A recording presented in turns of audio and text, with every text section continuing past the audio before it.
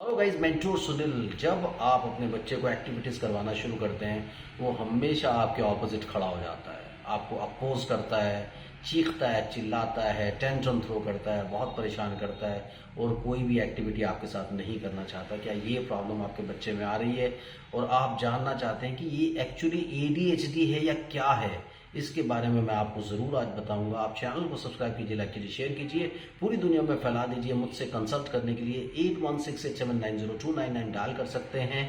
अगर आप इंडिया के बाहर से कॉल कर रहे हैं +91 इंडिया का आईएसडी कोड जरूर लगाएं। इंडियन कंसल्टेशन 1000, इंडिया के बाहर से कॉल कर रहे हैं 3000 रुपीज़ अकाउंट ट्रांसफर देकर आप मेरा अपॉइंटमेंट इजीली ले सकते हैं। तो चलिए बात करते हैं कि अगर आपका बच्चा आपको बहुत ज़्यादा परेशान कर रहा है और बहुत इरिटेट करता है, आप कोई भी एक्टिविटी करवाने की कोशिश करते हैं तो आपके ऑपोजिट खड़ा हो जाता है, तो ये सब चीज़ें क्या हैं? क्या ये एडीएचडी है या कुछ और है? एडीएचडी में क्या होता है? Attention deficit hyper activity syndrome. ये जो प्रॉब्लम्स होती हैं अटेंशन डेफिसिट की, इसके अंदर क्या होता है कि आपका बच्चा आपको अटेंशन, फोकस, आई कांटेक्ट नहीं देता, आपसे इन्वॉल्व नहीं होता, चीज़ों को उठा के पटकता है, इधर जाता है उधर जाता है, इससे छेड़खानी करता है उससे छेड़खानी करता है, लेकिन ये सब चीज़ें रैंडमली होती रहती हैं। दूसरी बात आ जाती है ODD, that is oppositional defiant disorder, यानी उसे आपकी बात को डिफाई करना है, अपोज करना है और ये डिसऑर्डर उसको है, तो इसको ODD बोलते हैं। यानी आप कुछ भी करवाना चाहें वो उसके ऑपोजिट करना चाहता है। वो कहेगा, आप कहेंगे A लिखो तो वो कहेगा मैं B लिखूंगा, तो मैं B ही लिखूंगा, तुम कुछ भी कर लो। आप ये एक्टिविटी करवाने की कोशिश करेंगे तो वो एक्टिविटी करने लगेगा। आप ये उठाने के लिए उसको बोलोगे तो वो उठा करके देगा। आप कुछ करने के लिए बोलोगे तो टेंट्रम थ्रो करेगा। जब वो चीखेगा, चिल्लाएगा, शोर मचाएगा और आपको इरिटेट करने की कोशिश करेगा, यानी उसका सोल एम यही है कि उसको कैसा भी करके आपको इरिटेट करना है।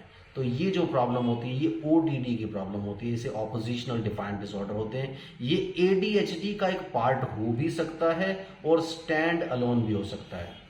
जैसे कई बच्चों में ADHD का क्या प्रॉब्लम होता है, उसमें आपको बच्चा अटेंशन और फोकस आपको अच्छे से नहीं दे रहा है, लेकिन ODD में कंप्लीट अटेंशन, फोकस और आई कांटेक्ट हो सकता है। बच्चा वर्बल हो सकता है, बच्चा नॉर्मल हो सकता है और इसके साथ साथ उसको ODD का प्रॉब्लम हो सकता है। जबकि ADHD में क्या होता है कि बच्चा वर्बल या नॉन वर्बल दोनों तरीके से हो सकता है, बट उसका अटेंशन, फोकस, आई कांटेक्ट इतना अच्छा नहीं होगा।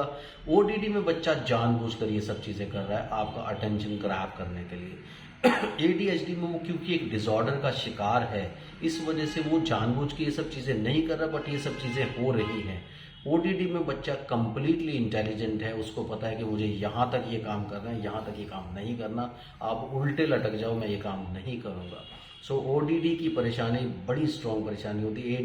ADHD बच्चे को आप फिर भी एक बार के लिए कन्विंस करके चीज़ों को ईजिली चेंज कर सकते हैं, बट ODD बच्चे जो होते हैं उनको चेंज करना, उनको कंट्रोल करना, ये बहुत ही बड़ा अपहिल टास्क होता है। एक तरह से आप स्टोन को ब्रेक कर रहे हैं, तो आप कई बार हारने लगते हैं, लेकिन हारने की ज़रूरत नहीं होती, क्योंकि ये बच्चों ने एजेंडा बनाया है कि आपकी अटेंशन फोकस को लेने के लिए अपना नहीं देंगे, लेकिन आपका अटेंशन फोकस लेंगे, कुछ अच्छा या बुरा करते ही रहेंगे, जिससे कि सारा टाइम आप उन पे अटेंशन देते रहो। और जब भी आप कहोगे कि बेटा ये काम कर दो, वो आपके ऑपोजिशन में खड़े होंगे।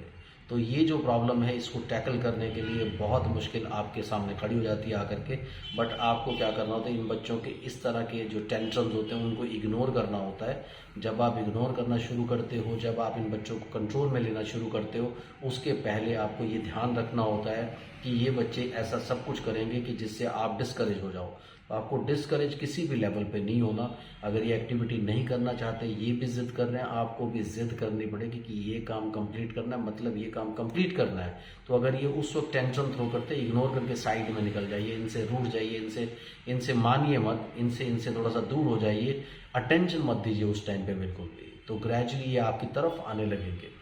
ODD को कंट्रोल करने के लिए बहुत बड़ा टास्क होता है, इसलिए आप ध्यान रखें कि ODD में आपको अपने बच्चे को कैसे टैकल करना है, ये स्किल्स सीखना आपके लिए बहुत ज़रूरी है। जैसे मैंने बताया, सबसे पहला स्किल यही होता है कि आप कोई भी एक्टिविटी करा रहे हो, आप डिसाइड कर लो कि इसको कंप्लीट करना है।